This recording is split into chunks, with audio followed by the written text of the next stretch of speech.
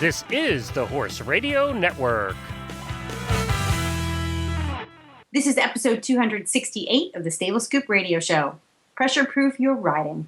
Please support our sponsors as they make this show possible. Our sponsors this week are Kentucky Performance Products, Equisketch, and Road to the Horse.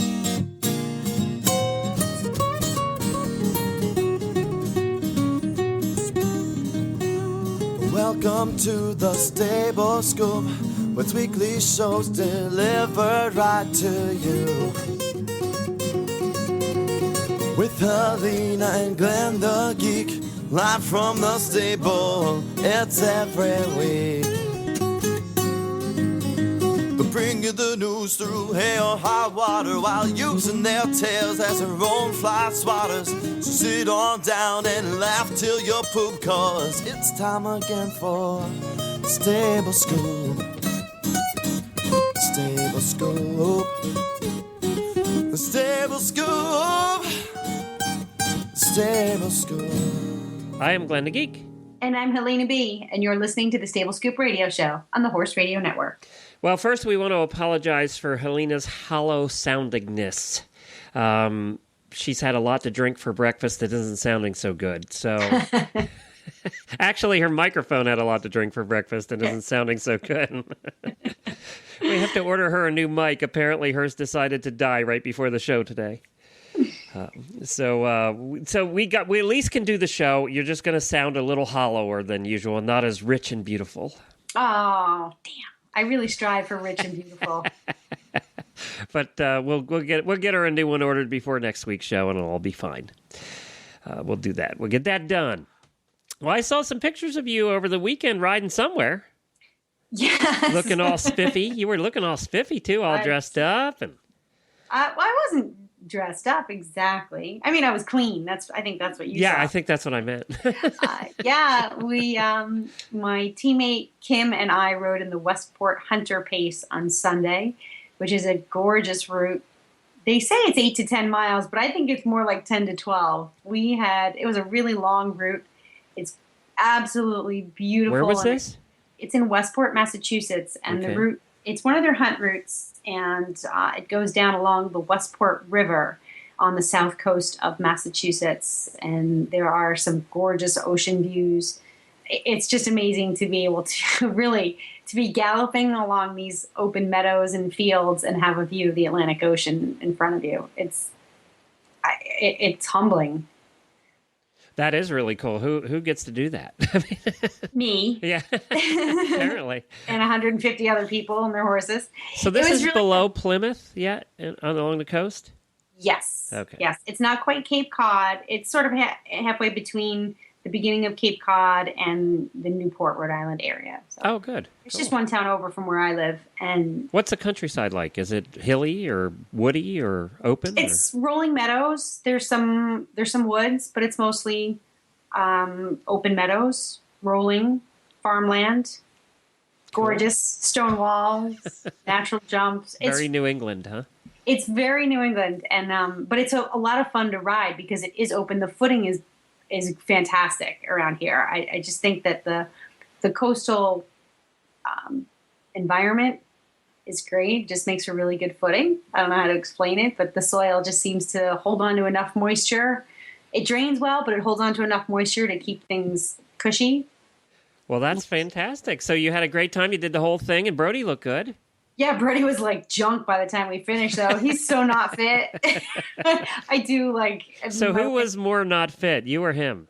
Oh God, it was a tie because my butt was killing me by like mile 8. I had to I kept taking my feet out of the stirrups and putting them up over my knee rolls, and oh my God, and I was like, oh, my left butt cheek hurts, and then my calf hurt, and then I couldn't feel my pinky toes, and Kim was complaining. She's like, my ankles hurt, my knee. We were just, oh my God, we were so funny. But Brody was just tired because, well, Brody's a 15-year-old old-time Appaloosa. Okay, he's stocky. He's about 15 one hands. He's small, but he's in really good health and lightly fit. Kim was on a 5-year-old chestnut thoroughbred gelding, 17 hands, almost 17 hands. And so we had to keep up with Whiskey. His stride is like twice as long as Brody's, but Brody's got a lot of like go in him. He wants to go. You let him go, he'll rip it up. And Kim and Whiskey's problem was that if she let him go, she has a 5-year-old chestnut thoroughbred on her hands. Right, exactly. In an open field. If she lets him go, she's gonna be gone. Yeah. We had an agreement, like if anybody else SHIT, that means pull your horse up. But we actually had no problem at all. Both horses were very, very well behaved, but especially Whiskey for being the type of horse that he is. Kim just handles things really well. Like we had to go through, those big hay bales, the round bales that they wrap with white plastic. Yes. Whatever that white plastic they put all over them. Yep. They're great big white things. Yep. We had to ride in them, around them, and the horses didn't blink an eye. There was beekeeping equipment all around. Again, like bright, shiny things. Horses didn't bat an eye. There were at one point we had to go on the road, and there was some traffic. Not a problem with the horses.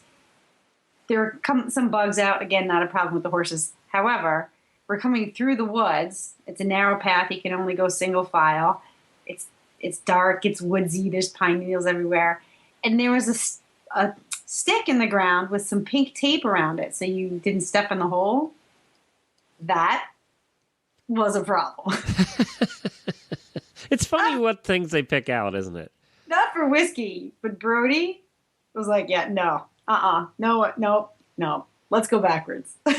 Not only would he not go forward and pass it, he wanted to go backwards. But I gave him some pony kicks, and he got over it.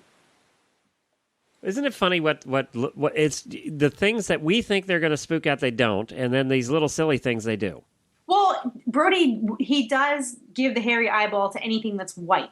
So if the street lines, the lines on the edge of the road are white, the painted white lines, he always gives that the hairy eyeball, or a really brightly colored rock or something, anything that's white and bright. So we passed 100 white and bright things, not a problem. This pink thing just did not fit the pattern of what he's not okay with. Whatever. You just make it work. I pony kicked him. I was flapping like a chicken, man. It's like, and there's like 20 people coming behind you, and you can't be holding the whole crew. It is a hunter pace. Oh man, it was ugly. But fun, huh? Oh, it was so much fun. And I slept like the dead that night. Jennifer's looking at doing one this weekend, just south of here near Tampa. So she's looking at going out. Actually, she has a choice to go to the hunt or the hunt on Saturday, the hunter pace on Sunday. So she's trying to decide which one she wants to do, because he's certainly not going to do both. Yeah. Well, we have a terrific show planned for today, and I got to tell you a little bit about my weekend. We have coming up today one of our favorite people, and I know one of your favorite people, and that's Daniel Stewart. Has his new book out called Pressure Proof Your Riding. And of course, Coach Stewart's been on our show a number of times, and you've talked about him a number of times because you've been to his clinic, and we've had him on the show many, many times. But he has this new book, and it's absolutely terrific. We just got a copy in from the publisher, and I love how it's laid out, and we'll talk more about that as the show goes on. Plus, you have a product for Tack and Habit that we're going to talk about. Yes, I do. Something for your feet, but not what you're thinking. Something for your feet. Something that's a completely different concept, so we're going to talk about that as well coming up in the show today. But before we do, I wanted to mention that you just don't want to miss the Road to the Horse International 2014 at the Kentucky Horse Park, March 14th through the 16th for the World Championship of Colt Starting. Watch Dan Steers from Australia, Antoine Clos from Switzerland, and Jonathan Field from Canada, and the first ever Road to the Horse wildcard competitor as they face off to see who will walk away with the title of World Champion. Watch, learn, and be inspired to reach a higher level of horsemanship at Road to the Horse. Plus, enjoy the largest shopping experience yet. Find out more at roadtothehorse.com. And the Horse Radio Network is an official media sponsor of Road to the Horse, and we will be there. So we'll be up there recording some shows at Road to the Horse, so you can look for us. We'll have a booth even, so you can look for us at Road to the Horse, Kentucky Horse Park, March 14th through the 16th. Beautiful time to be in Kentucky because the ice is left by then. Yeah, you're over the ice thing, aren't you? Yeah, I'm really over the ice thing by then. That's the only reason I agreed is it was March. If it was January, it'd have been like, you're on your own, people. We're not coming. But so that's fun. We went over the weekend.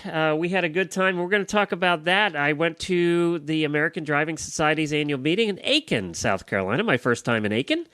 So we'll cover a little bit more about that after we talk to Daniel Stewart. But let's get Daniel Stewart on the line here. And while we're giving him a call, you can take a listen to a Nutrition Minute from Kentucky Performance Products. Joint Armor from KPP provides your horse with the building blocks necessary to maintain healthy joints throughout his lifetime. Kentucky Performance Products Quality Assurance provides you with the confidence that you are purchasing a safe, high-quality product. Your satisfaction is guaranteed. Joint Armor is concentrated and affordable. One jar lasts a whole 75 days. Joint Armor helps maintain fluid motion and flexibility in your horse's joints. It also supports normal cartilage development and reduces joint deterioration. Learn more about Joint Armor from Kentucky Performance Products and all their other terrific products at kppusa.com. That's kppusa.com. Daniel Stewart has been a successful international trainer and instructor for over 25 years. In addition to the U.S., he's trained riders in Spain, Portugal, Canada, Mexico, Belgium, the United Arab Emirates, Greece, and the West Indies. All places I'd like to go someday. Yeah. Well, except the U.S. I was kind of born and raised here. It's not really very exciting.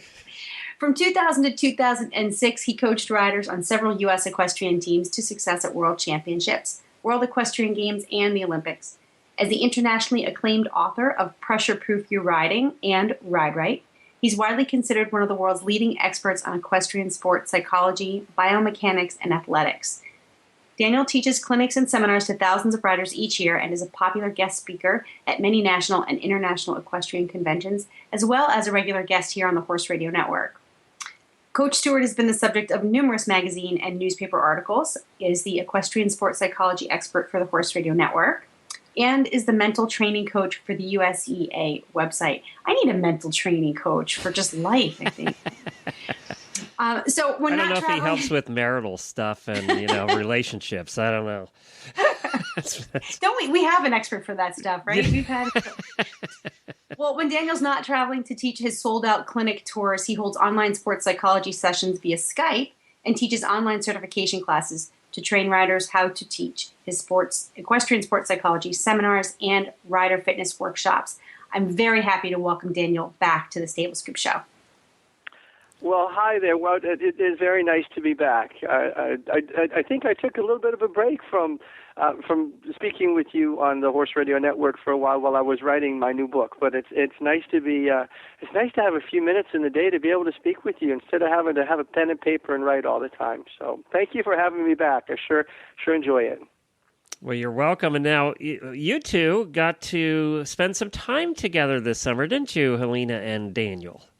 We did, yes. There was a clinic. That sounds bad. That sounds like we need that marital therapist. Yeah, right after we talked about the marital stuff. That's really good. Glenn, you're so smooth.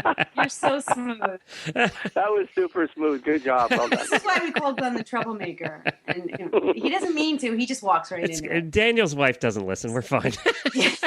She doesn't listen. My wife is a scuba diving instructor. She listens to the other radio stations. That's right. Is she really? I didn't know that. That's awesome. Oh, she is. Yeah. That's terrific. Yeah. Do they have? You can't listen to podcasts in your scuba gear, can you? Maybe you can. Oh, that's a good idea. Wouldn't that be fun to listen to music underwater? Well, when I was a competitive swimmer, we used to have music piped into the pool. Yeah. Sure. Yeah. Did it sound hour after hour. Yeah. Yeah. You're going for that last 50 meters, and you need something. The Rolling Stones, the Who, somebody in there to keep you going. All right, but that's water. We're talking about horses, and yes, I had the pleasure of attending one of Daniel's clinics up here in Rhode Island this summer, and the exercise we you had the riders do was the playground, right, Daniel? It's funny. I had you do the playground, and doesn't that sound nice? Doesn't it sound like, oh, the playground? I get to ride in something called the playground. I get to swing on the swing, and it does. It sounds all play a little fun baseball. and warm, and how can I sign up? And I can't wait. And then you sign up, and you get there, and you find out it's the most ridiculously, horrifyingly difficult thing you could ever imagine wanting to ever do. So I kind of trick everybody into doing this crazy difficult clinic by calling it the playground. It was hard, but it was the point was to help pressure proof your riding, and the exercise put the riders under pressure, and then throughout the course of the clinic you gave them some really helpful techniques on how to ride through that pressure to achieve their best, even in this one particular exercise. Yeah, you know, the clinics are wonderful. You know, as hard as I make them sound, they are wonderful, and they sort of follow two really important principles. The first one is called simulation training. So if you plan on experiencing pressure or show jitters or nerves or getting distracted, if you plan on putting yourself into riding situations that might create distractions or pressure. So if you're going to put yourself into competitive situations or even recreational situations that might create those things, then it's important in our practices to simulate them. You know, so it's called simulation training, and we're good with that because we know that if a horse needs to go through water on cross country, well, we're going to simulate water in our practices. So we'll simulate water by putting a tarp on the ground or a little bit of water on the ground or make him walk through a puddle. We'll slowly desensitize him to water by exposing him to water in his practices. So when he sees water on course cross country, he's desensitized to it. So the bottom line with the pressure proof clinic program is that if we're going to experience pressure and show jitters in competitions, let's desensitize ourselves to them by feeling pressure and show jitters at home. You know, so obviously the more you experience the challenges, things that are difficult, the more you experience them in your practices, the greater chance you have of learning and understanding that you're capable of overcoming them. But if we simply say, "Boy, I get nervous and distracted under pressure," what a shame. You know, and then you go and you compete and you get nervous and distracted. Well, unfortunately, the brain doesn't let the body be its very best. So, so this program pressures and distracts and rushes and does all these horrible other things to the riders in their training so that they can figure out how to deal with them, how to control those emotions in our practices, which allows them to figure out how to do it on competition day as well. So, yeah, you're right. I pressure the riders, distract them, rush them. And then throughout the clinic, I'll do my best to give them tools, you know, what they can do to improve their ability to ride well under pressure. You know, so if a rider, you know, if I'm talking to a rider and he's listening to me in the middle of his course, I'll yell at him and I'll say, "Hey, stop listening to me." I mean, it's horrible, but you're on course. There's only one thing that's important right now, and that's two things, I guess. You and your horse. So I'll try and distract the rider on course. They'll be on course, and I'll ask the rider, "What's your horse's name?" They'll look at me. They'll go, "Well, his name is Glue Factory." And I'm like, "Don't talk to me. Don't answer my questions. Keep your head in the game. Stay focused."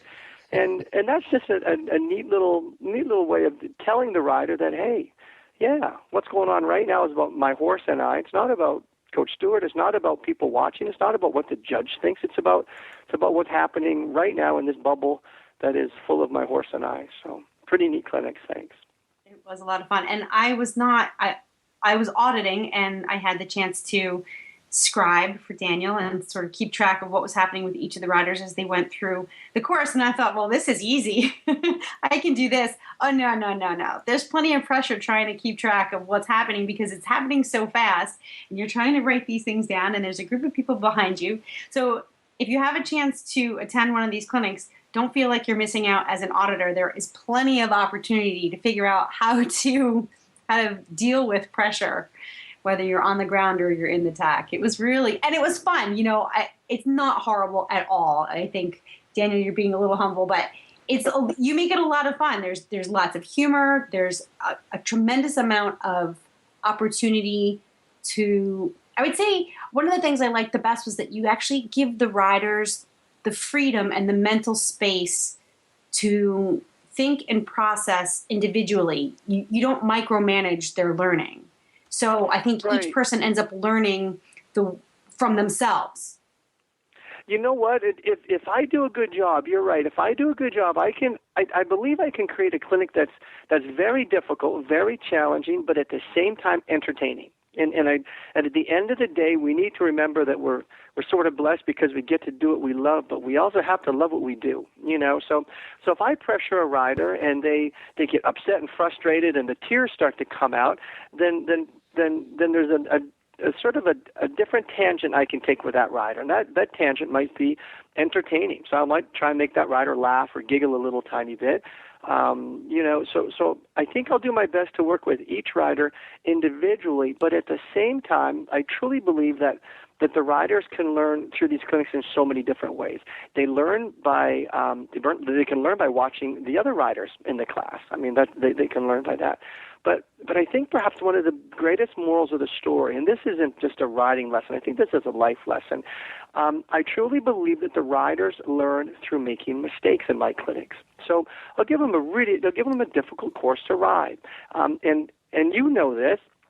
I'll put the clock on them. So I'll give them a difficult course. If they forget their course, if they pull a rail, or if they go too fast or too slow, then I'll give them faults. I'll give them time faults, and I'll give them penalties. Well, if they score too many, then at the end of the clinic, they have to dismount and do 100 sit-ups in the dirt. So not only is there pressure and rushing, but there's punishment involved. And I think the important moral of the story here is, in the beginning, I'll make the clinic very difficult, and I'll allow the riders to make a little bit of a mistake. So let's say they're supposed to complete the course in 30 seconds. They complete it in 36 seconds. Well, they went 6 seconds too slow. So now they have a choice. They can go back into the corner. They can await their next course, and they can say to themselves, oh, my gosh, I'm horrible. I went 6 seconds too slow. I made a mistake. Or the rider can go back to the corner and say, wow, I was really slow. I'm going to move my horse forward. I'm going to put my leg on. I'm going to ride more confidently next time. And what that rider does is they prove that we can learn through making mistakes. And I think this is just such a wonderful moral for life in general. Allow ourselves to make little mistakes, because mistakes should not be considered missed opportunities. I truly believe they should be considered learning opportunities. Every time we make a little mistake, we get a little bit smarter. If we're confident, if we allow ourselves to look at the mistake, own the mistake, identify what caused it, and then go out and try it again and fix it. So when we make a mistake, go out and fix it. Well, I have to believe that's the pure definition of improvement. Learning through challenges, learning through difficulty, learning through pushing ourselves outside our comfort zone. And when we do that, we might make mistakes from time to time, but it's those little mistakes that teach us how to get better. So the pressure-proof clinics, I agree with you. They're very difficult, but if I do a good job, I'll have the riders laughing and giggling and learning through making little mistakes. So we might, and I truly believe there's only two kinds of riders: those that start slow and end frustrated, and those that slow and end strong. And that's, I think, what we're trying to teach here: is allow yourself to make little mistakes. And like I said earlier, it's a great riding lesson, but I think it's a life lesson. If we have a young rider who doesn't pass their driving test, they practice and they study, but they don't pass their driving test, well, they can go home and get sad and frustrated and cranky and say, I'm never going to drive. Well, they made the mistake, but they didn't really learn from it. Or they can go home and they can go, hey, Mom, can I have the keys? Can you take me out and teach me that parallel parking thing? I'm really tragic at it. And then they're going to learn from the mistake of not doing the parallel park. They're going to figure it out. They're going to do it well. They're going to get their test, and they're going to pass it next time. So that rider, that youngster, learned that making a little mistake from time to time makes us better, makes us stronger. And there's a crazy technique. It's called push to failure, and perhaps that's what I do in these clinics is I push the riders to the point where they'll make a mistake from time to time. Like a muscle man, he'll lift a weight so heavy he can only do it twice, but he'll tell himself to try it a third time. Even though he can't do it a third time, he tries, but he fails. Well, what ends up happening is the muscles of the muscle man, well, they grow and they get stronger. And I believe that if a rider pushes themselves outside their comfort zone, does things that challenge them a little bit and things that might cause them to make mistakes from time to time, I truly believe that those mistakes, like the arms of the muscle man, I truly believe the rider grows and gets stronger through making the mistakes. So So anyways, yeah, difficult clinics. If I do a good job, I believe I can make them very enjoyable and a ton of fun. And then at the end of the day, I think we teach a moral of the story that might go beyond riding, and that is push yourself outside that comfort zone. Don't be afraid to make a few mistakes, because it's those mistakes that strengthen us, make us stronger, and help us to grow as riders. So, yeah. I'm never afraid to make mistakes. Wait a minute. I'm afraid to come off and get hurt. Making the mistake is not so much a problem. But you're right. You know, I rode 10 miles on Sunday in 100 pace, and there was plenty of opportunity to make small mistakes and adjust. And, you know, you do something, you try something different, you grab some mane, maybe you change the angle of your bit or something. There's a lot of opportunity to mix things up. And then there's a lot of opportunity to say, oh, that didn't work. I made a mistake here. I made a mistake there.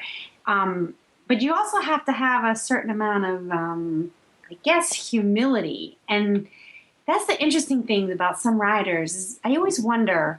I wonder if you ask them this, or if you can tell when you have a rider in front of you, like, why are you there? Why do you ride? What's going on in your brain? Are you able to make mistakes? Are you able to accept the challenge of making mistakes? Can you tell when you have a rider in front of you what you have? Sure, I can. Yeah. You know what? I'm pretty sure I can tell before the rider even starts the clinic. You know how they're going to how they're going to handle the clinic, how they're going to feel in that clinic. You know, we can sort of generalize riders into two schools, the perfectionist and the realist.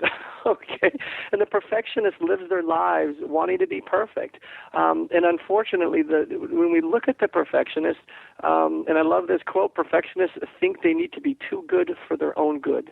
There is nothing perfect in what we do. You know, I've worked with some of the world's greatest riders. I've yet to see the perfect rider. So anyway, perfectionism and the perfectionistic tendencies, they hurt. They really do. They hurt our feelings. They hurt our potential.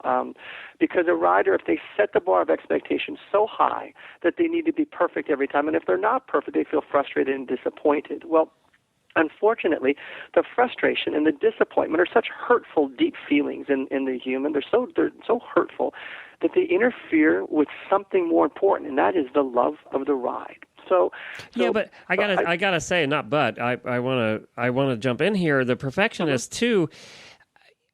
First of all, I wonder if there's a different sport they could have chosen that didn't involve an animal that also has a brain. But the perfectionist has to. It's so tough because they're not just a perfectionist in their riding; they're perfectionists in everything they do. How do you overcome that? And can everybody overcome that, or are there just people that just can't overcome that? You know what? Great question. People can overcome it. They really can. I think this is so interesting. Habits, behavior patterns, muscle memory, these things are created in 21 days. So I truly believe that if a rider wants to hard enough, if it means enough to them, if they're done, if they're over being upset, being frustrated because they're never living up to this lofty, high perfectionistic tendency of theirs, if they cry and they feel that this just isn't worth it anymore, if their riding means enough to them, if they're willing to make the changes that are required, they do get to change. But you're right, Glenn. Who we are on our horse is who we are. You know, if I invited a perfectionistic rider over to my house, they'd walk around my house and straighten all my pictures. Right, exactly. You know, they would leave. They'd leave. My house would be super clean. They would dust mine. So they would dust yours and they'd straighten out mine. Yeah. But what we need to do is we need to sort of back up, and we need to remember why we ride. Did we start riding for blue ribbons? Did we start riding to beat an opponent? Did we start riding to move up a level? Well, you know, at the end of the day, we didn't. At the end of the day, we started riding. I would argue with you a little bit there. I think that 20, 30 years ago, there were probably more kids that got into riding just because they could have a backyard pony and they were riding for the fun of it, and they were bareback and they were playing cowboys and Indians and blah, blah, blah. Nowadays, you have so many more kids that are coming directly into taking lessons for competition that never had that experience, that for instance, my wife did, of having the backyard pony, that they truly did things they should have never done on.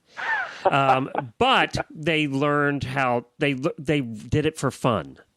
So they established the love of riding before they established the love of the competitive spirit. Correct, and I think that's changed. Don't you think that's changing a little bit now, because there's less and less? You know what?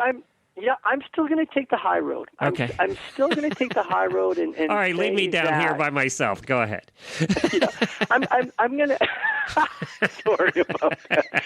I'm still going to. I don't know how Helena's staying out of it altogether. So, and we never want to generalize or create a stereotype that it's 100% deal that we're all doing the same thing for the same reason. But I still believe that the vast majority of riders become riders because one day their sister took them to the barn and they got to pet a horse and smell a horse and get bumped into by a horse and sit on a horse and feel it move and then get hooked. I still believe that the vast majority of riders are still starting because of the horse. Youngsters who have that need for deep competition, I'm not so sure that they would look first towards horses because, as you said earlier, there's such an uncontrollable, unpredictable aspect to our sport.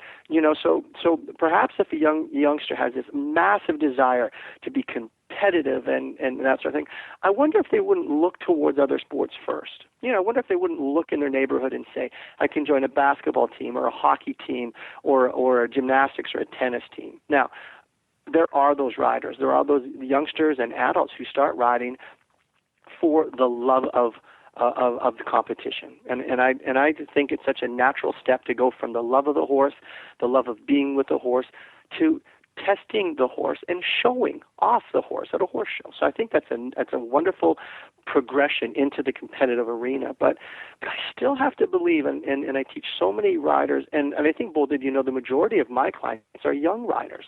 I still have to believe that from what I can tell, the vast majority of your riders are still starting for the love of the sport. So, but like you mentioned, Glenn, doesn't matter how much you love riding. If you're a perfectionist in your life, you're going to take that perfectionism with you onto your horse. And you know what? Being a perfectionist, at the end of the day, it's not all gloomy. It's not all bad.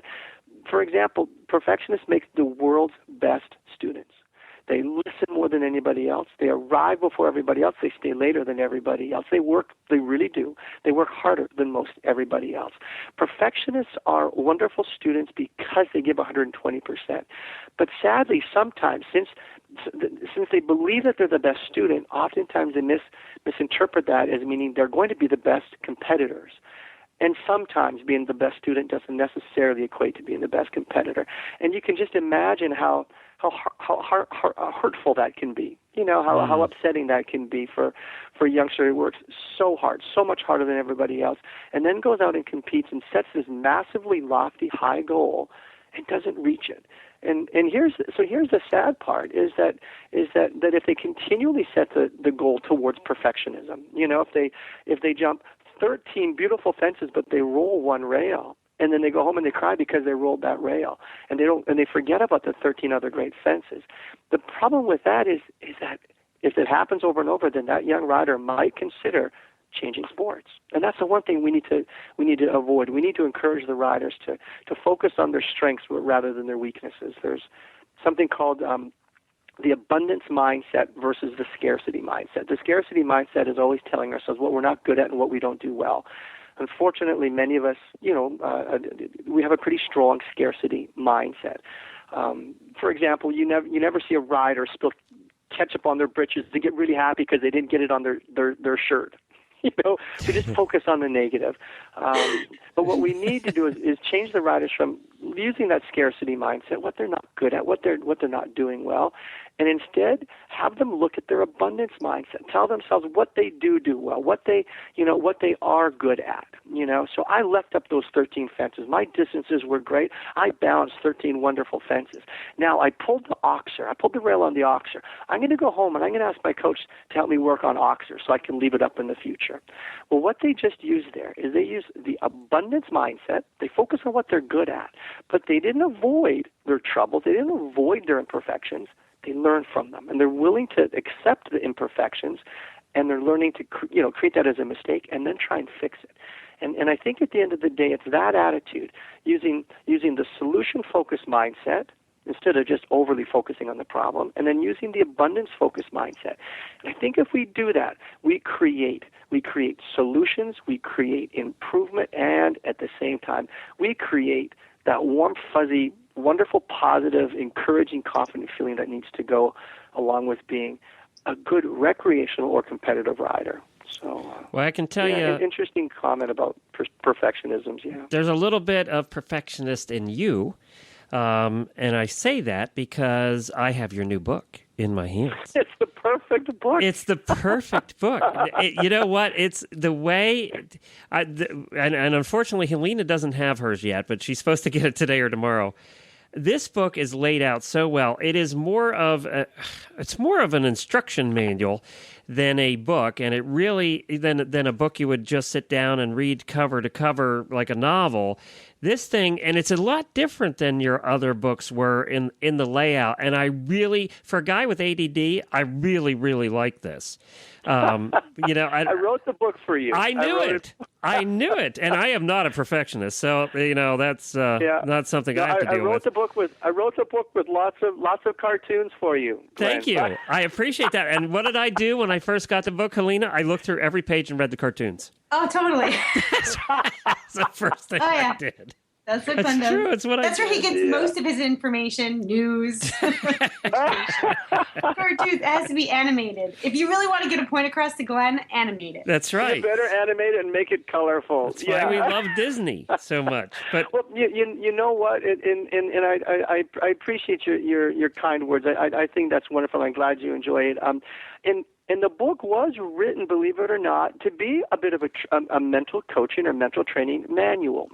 So for your readers for your listeners who have the book, they'll notice there are 40 or 50 or 60 fill in the blank sections. There's pressure-proof projects. They can take a quiz on how they handle certain situations. So the book is written a bit as a training manual. It gives you information, and then it allows you to sort of test yourself, and then it will give you tips and step-by-step examples how to overcome being a perfectionist, for example. But at the same time, training manuals can be a bit dry. If I were to pick up a training manual on a computer operating system, I'm going to expect that manual to be really good for me when I can't sleep. I'm going to expect that manual to put me to sleep. Well, that's why the Dummies books came out. It was to make hard things simple. There you go. And the Dummies, even the title, you know what the titles do? They lighten the subject. Right. And so I'm hoping that the cartoons in the book will lighten the subjects. And then through the book, there's plenty of jokes and silly stories. And then there's lots of little sort of sidebars and text boxes, so you don't have to read a whole page. You can open up a page and just read a little quote about somebody who got hit in the chest by a duck, or you can read a little fun fact, it takes 17 muscles to smile, but 43 muscles to frown. These are the kind of fun facts that are kind of scattered throughout the book, hopefully so that we can take a training manual and make it fun. Like you said, like the all those new dummy books. So the title should have been "Pressure Proof Your Writing for Dummies." For dummies. Like Glenn. Oh, there we go. I got a new title for my next book. There you go. Is that you, Glenn? Should I just say like Glenn. Pressure It should Proof say Your Writing for Glenn. For dummies like Glenn. That's perfect. Well, no, you can count me in that. I'm a dummy. I might be happy to make mistakes, but I make a lot of them. If you're going to do something, do it well. Well, and do that's it over right. and over Yes. again. Yes. Yeah. Oh my yeah. God. Yeah. But no, the publishers, Trafalgar Square, they're just the best at what they do. They've always, they've been the publishers from everybody from Sally Swift to Linda Tellington Jones to Denny Emerson, regardless of the listener's discipline or sport, level of recreation or competitive. Trafalgar Square has been the team that has always put together these wonderful books, and they just did a great job with the layout. don't you think, Glenn, that the colors and the the flow? I just thought they did a great job. And it's really, really easy to read. And again, it doesn't read like a book or a novel. And because you have the activities in here, almost every chapter, it really forces you. It forces you, if you do it, to think about what you've just read, and then to act on what you just read. It forces you to make that extra step, which is the most difficult. Anybody can read a book, but you're forcing them to deal mentally with these situations that you really are pressure proofing them in the book too, because you're forcing them to think about things they don't want to think about. Hey, did Helena or Glenn, did you ever take those Cosmo quizzes? Oh my God, are you the right mate for your partner, or those Cosmo quizzes? Yes. I used to love taking those. I had a girlfriend when I was younger. I took those quizzes and I learned so much about myself. Apparently, I was just a tragically horrible boyfriend, but I learned about myself. And so the book, I think if I gave 100%, then I would teach some good information in the book. But I think if I give 120%, I'm going to teach the information in the book, but then I'm going to see if I can help the readers actually integrate that information into their life. And Glenn, I think that's the whole purpose of the fill in the blank, worksheets at the end of every chapter. Is you just read about perfectionism. So are you a perfectionist? Well, take this little quiz. How would you handle this situation? What would you do? What would you think in this situation? And then at the end, you get a number, don't you? It says, I've scored 7 on the quiz. That means I'm in the middle. That means, well, I have perfectionistic tendencies, but I'm doing okay. And then here are 3 things that I can do to move a little bit away from being a perfectionist. So the information's there, but I think those quizzes and fill in the blank, worksheets at the end of the chapter, I think that's to help the readers take the information and integrate it into their actual lives. So, and I think that's so important, and that's what takes it from being a book to a training manual. Really, truly takes it into something that's going to benefit you in the future, rather than just something you read and forget. That's what takes it from a book to a perfect book. It's a perfect book. It is really good, and I think you're going to sell a ton of these. I really do. It's available now where? So you know what? It's available everywhere. Again, Trafalgar is real good at sort of exposing the book. It's released in Europe as well as in the United States. So I have a lot of emails from people in Europe asking me how to get the book. But here in the United States, it's on all the websites. So I just heard this yesterday. People can order it at Amazon, but the delivery date on Amazon is November or December. So wow, they're sold out already. So I'm not so sure that that's the right way to go. I believe the best way to go would be to order it from my website, because any book that's ordered through me gets delivered with an autograph on it. So if any of your listeners would like an autograph copy of Pressure Proof, then they can just click on it through my website, and then there's a little section on the order form. Who would you like me to dedicate the book to? So at that point, one of your listeners could email me and say, I just purchased the book. Please dedicate it to my horse and I, or please dedicate it to my pony club and I, or please dedicate it to my barn, or something like that. So I think it's wonderful. I have 2 or 3 autographed books on my bookshelf, and I don't put them on the bookshelf. I display them above the bookshelf because they become a bit of a special book. So if any of your listeners would like to purchase a dedicated and autographed copy, then they can just do that right at my website, which is stewartclinics.com, and the price is all the same, but you get that really cool little piece of penmanship on the front cover. I can see it now. He has his kids there signing books all night long. I do. Yeah, I've got a group of 8-year-olds signing my books. They're over in China working in it now. No, I couldn't do that. They could do my autograph though. My autograph looks just exactly like what my kids do on the walls with crayons. But yeah. Crayons? Your kids only use crayon? Mine had a Sharpie. She had a Sharpie. Oh yeah. Yeah, you might want to just get a box of crayons, Helena. This is great. So it's stewartclinics.com, right? That's right. It's plural. There's an S on the end of it. I think Stuart Clinic is StuartClinic.com. I think there's some chiropractor guy. Okay. Well, we don't want him. So put an S on the end of it. Or they can just do the Google search. I'm pretty sure I come up number one because it's the perfect book. So. Well, this is terrific. We really appreciate you stopping by and chatting with us. We could talk to you all day. It's so much fun. It's Pressure Proof Your Writing by Daniel Stewart. Comes highly recommended by me anyway. I give it a full 6 flakes out of the bale. So 2 thumbs up. Well, hey guys, and I sure appreciate you letting me talk about the new book. It was 2.5 years in the making, and lots of work with photographers and wonderful artists and a wonderful publishing team. And it means a great deal to me. I love the book. I think it's a wonderful book with a great message, and the message at the end of the day is keep doing what you love, but love what you do.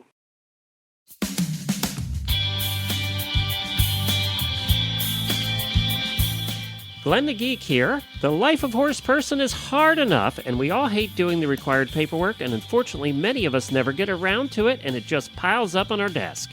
That is about to change thanks to the EquiSketch Records app for your iPhone or iPad. My wife and I use it to track our horses, and we absolutely love this thing. EquiSketch Records is the most thorough and complete equestrian records app on the market today. We love this app because you can track your farrier work, your dental, your coggins, medicines, worming, and so much more. And you can get reminders on your device when all of these things are due. You'll never forget a worming or shots or farrier visit again. But it not only tracks your horse, you can also manage your horse shows, including individual events. You can manage riders, including lessons and memberships, and so much more. And you can sync it between your iPhone and your iPad, and all of this for the price of a couple of cups of coffee from Starbucks. Search for EquiSketch Records in the iOS App Store or go to EquiSketch.com. That's EquiSketch.com. EquiSketch.com. This man is a phenomenal coach. I know, Glenn, you and I, we talk about it all the time. Like, oh, we love Daniel Stewart. He writes perfect books. He's a great clinician. He's one of my favorite guests, though, ever. He really is. And he's just as good in person. And the passion and the authenticity behind what you hear here on our radio show, it's authentic. He's the same way in person. The message is consistent. But most of all, I think the thing I love most about Daniel Stewart is he is a phenomenal coach. We've both seen him do different things. I had lunch with him and got to see him do a indoor clinic. It was wintertime, and I forget whether it was a dressage association or somebody like that, or pony, I don't remember. But it was an all-day thing inside, and you got to see him actually teaching with riders. So I rode in one of his clinics. Yep. I audited a clinic. I went to one at Equine Affair. I have his first book. Obviously, you're a stalker. I'm not a stalker. Oh my goodness! No, if you were a stalker, you wouldn't be paying. You have to pay. So. You have to pay. No, you know what it is. I think in the equestrian world, there are no shingles to hang out that require certification. Anybody can call themselves a trainer or coach. Whatever. Obviously, when you go up through the levels and you start doing the kind of coaching that Daniel's done, you need to have some credibility and effectiveness in what you do. But that said, there are a lot of people, quote unquote, at the top who really aren't all that and a bag of chips. You know what I mean? They get there. I don't know how they get there, but they're there. So when you see somebody who is genuine, who genuinely wants to support other riders, what he does is not ego-based. It is supportive and helpful. You see it. They stand out from the crowd. And Daniel is one of those coaches, one of those teachers, one of those instructors. So, you when you see it, you cling to it. Well, we appreciate him taking the time to join us, that's for sure. And get his book, everybody. I don't care. The other thing I wanted to point out when he was on is that it doesn't matter what you do, whether you're a competitor or a backyard trail rider or whatever, you're going to get something out of this book. Even if you're not a rider, you're going to get something out of this book because it really is a book more about life and your attitude towards the mental positive side of life than it is just riding. So it accomplishes both of those things. So check it out.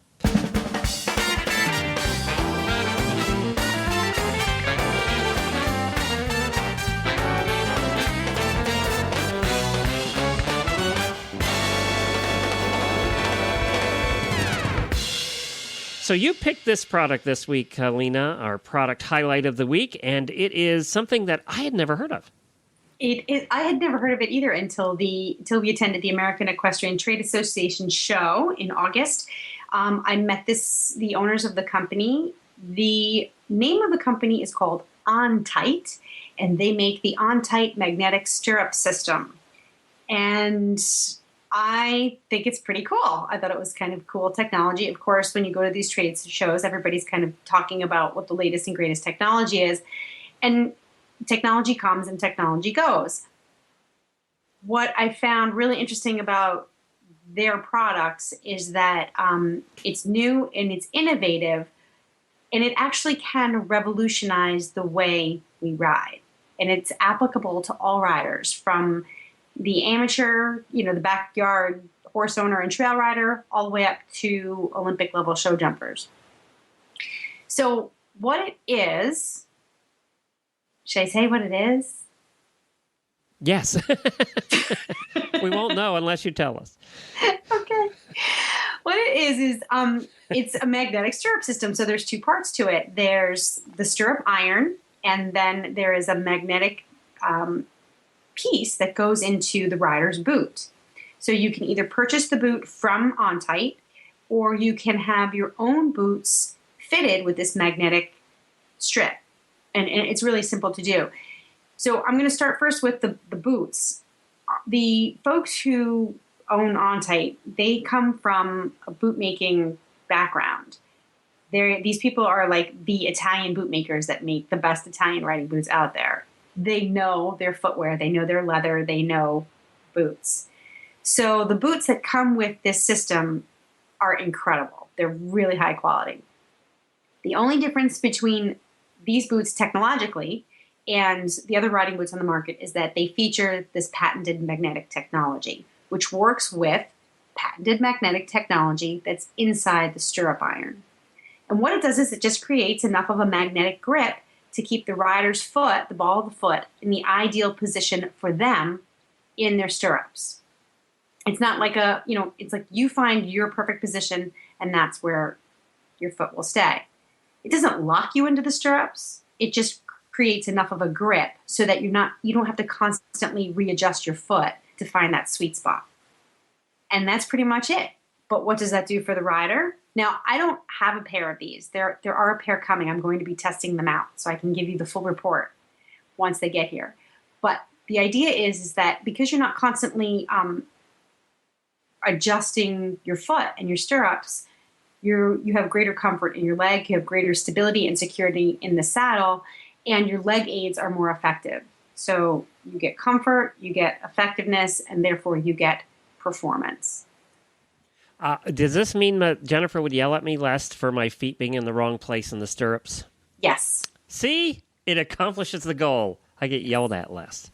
Well, because my foot's always in the wrong spot, and she's always getting on my case about it. I'm constantly readjusting my foot because I'm such a sensitive perfectionist. If the ball of my foot isn't in that sweet spot in the stirrup, it drives me nuts. So I'm constantly readjusting. And I also have a bad habit of lifting my heel up because Brody's a little bit dull to the leg aids. He was a school horse for some time before I got him. So I really have to kind of dig my foot in sometimes if I'm not wearing spurs, and that I have a tendency to lift my heel up, which is not good. While I'm working on that, though, so my foot comes up out of the stirrup, I lose my position. With this magnetic stirrup system, you lose your stirrup less. That doesn't help with the bad habit, but it does help you to focus on fixing the bad habit. Now, is the magnet strong? Is it a real strong? It is, well, again, I have not ridden in them yet. Okay. That will come soon. But what they've done is a lot of testing on how much grip it should have so that they don't want to restrict the rider's foot, but they do want to create good contact between the boot and the stirrup iron. It's very easy if you watch the videos on their website. All you have to do is gently twist your foot. It's just sort of an angle of the way you take your foot out of the stirrups, and it just comes right up. It breaks the magnetic force. Oh, so if you fall off, your foot's not going to get stuck in there because of the magnets? Absolutely not. No, you can just be sitting at rest and gently rotate your foot and lift it up, and it breaks the magnetic grip. It doesn't take much But it does take a focused effort to get your foot out of the stirrup.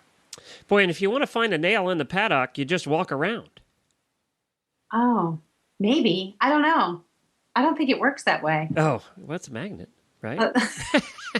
Otherwise, your foot would be like attracted to your I horse's know. I was feet. just thinking about that. I think if you're walking across a metal grate or something, you're just going to be stuck. Yeah. You probably need both sides. Probably. And well, here's they are approved. Yeah, I was going to ask you that. Is They're it approved. FEI approved? Yep. It's FEI approved for show jumping. I'm not quite sure if it's FEI approved for eventing yet, and I don't know about dressage. So we're finding that out. And they report every time they get they reach some kind of competitive milestone, they'll put it up on their website or Facebook. But I know that Laura Kraut is a huge fan of those. She uses these in competition. She's used them in like 4 Olympics. Philip Dutton has used them, but I don't know that he can use them at the upper levels of competition because I'm not sure if they're approved for that level yet. But I know he's a big fan and he does and has used them. And there's a whole host of pro riders that are big fans. So, it's not some gimmick. It actually helps increase your performance. For like me, an amateur rider, especially one who's, got a grafted ACL, it's really going to help improve your comfort level in your stirrups, especially for long hours in the stirrups, like when you're hunting. Very good. Well, where can you find them? You can find them on their website at ontight.com, ONTYTE, or you can just search them on Facebook. And there's lots of information. There's great videos, photographs. And the cool thing is they have like this booty system that you can try. So if you go to a local tack store that carries the OnTight system, but you don't want to invest in buying it, then they can send you home with this little booty in the stirrup, and you can see whether or not this type of grip and support is helpful for you. Oh, cool. Well, very good. And I noticed that on their website there is a search function and everything, so you can check it out there. But it's ONTYTE.com. That's the Italian way of spelling tight. Yes. Just kidding. I don't know. All right. Well, thank you, Helena. Well, that's it for this week. We've plain run out of time. Thank you for joining us. Don't forget about the app. Download our app at just search for Horse Radio Network in the iOS or the Android App Store.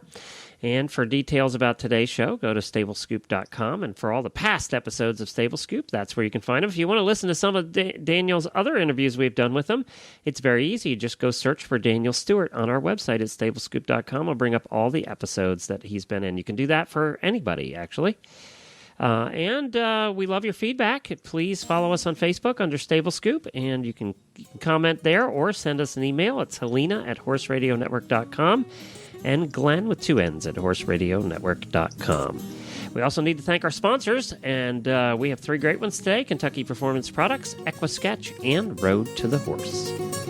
That's it, Helena. We're out of here for this week. We are. That was plenty for this week, but there will be more next week. Until then, happy scooping.